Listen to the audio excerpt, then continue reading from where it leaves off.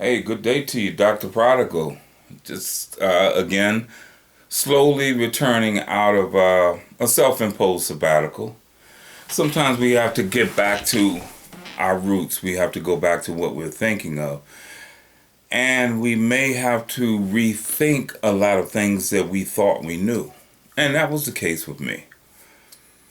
As you notice, United States is not the most united nation.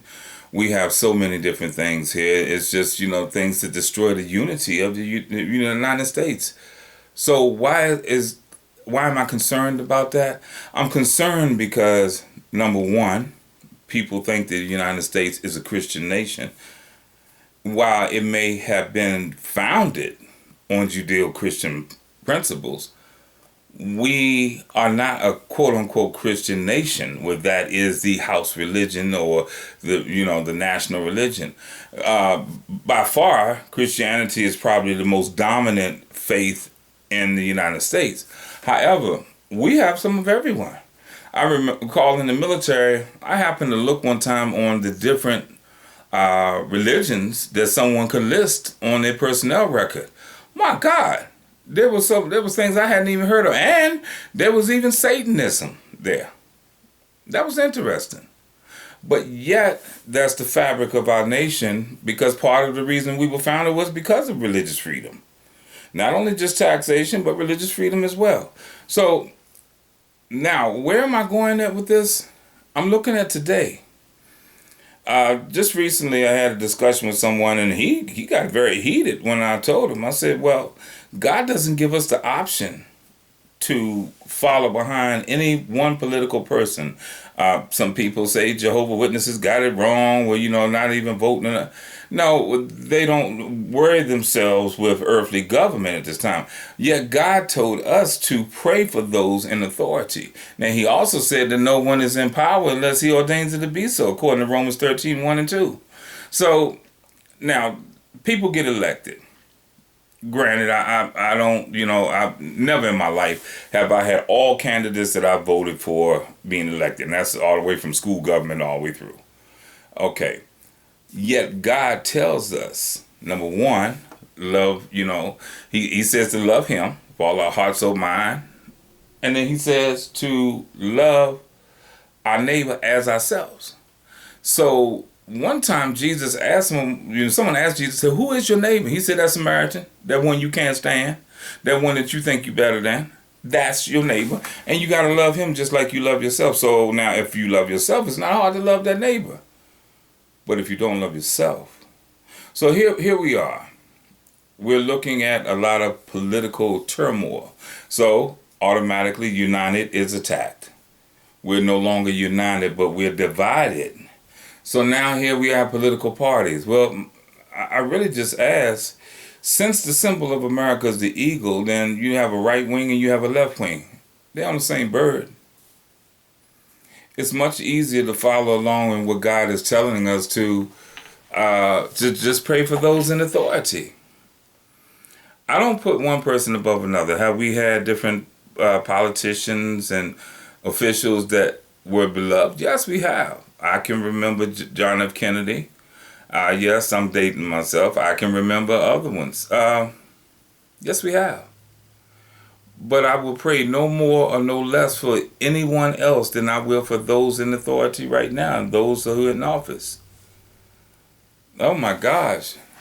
Someone said, well, how can you pray for the last administration? The same as I prayed for the administration before him and before him and before him. As long as I had the revelation that I am to pray for those in authority, regardless of what my feelings are. And since that is the case, then why don't we take a look biblically at these things? Daniel didn't work for, the right reverend doctor, apostle, bishop, anyone. Joseph definitely didn't work for him and was in the middle of all kinds of Egyptian gods, but yet they knew and respected Joseph and his God. Nehemiah, the same thing. He wasn't there. Look at all this. And we can, come up into the New Testament. Cornelius, he wasn't even a Jew at all. But yet he He knew it. And speaking of Cornelius, praying for those in authority, let's think about it. The times we see a centurion in the New Testament, he came to Jesus. He said, look, Lord, I already know I'm a man under authority, and I have authority. All you have to do is speak. That's one time. Someone is at the cross when Jesus died. He says, surely this man is the Son of God. That's two times. Then the next time you hear centurion, you hear Cornelius. Could it be that that was the same person and that was his development of faith? So, why weren't... I'll say it this way. God took the most staunch political party, Peter, and sent him to what was considered leftist and said, look, this has to be. Why can't we come together now under the banner of the Bible and understand that we have a responsibility to God as well as to ourselves to go along with that? So how about now if we start actually looking at what's attacking the United States? Doesn't seem to be any enemy without, although people want to point without, but people want someone to blame within, so it kind of doesn't matter who's going to be in office. You're going to be blamed anyway when something goes wrong. It's just the nature of the beast. But let's take a look at this. Let's take a look at how we are allowing the enemy to disrupt what brought us together, united. Think about it this way. The United Kingdom of Israel, once it was united under David, it was good to go.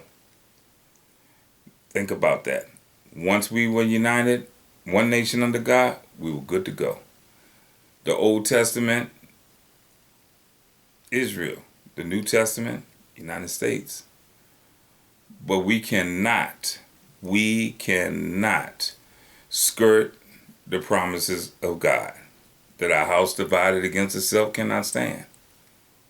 So why don't we just take it easy, give it some thought, and understand God is still in control. We obey in the New Testament, and we're blessed because we do obey the faith. Let God handle this. We'll take care of everything else. God bless you, Dr. Prodigal. Now it's time to get back and take a couple of looks at things, and let's keep one another in prayer. God bless you.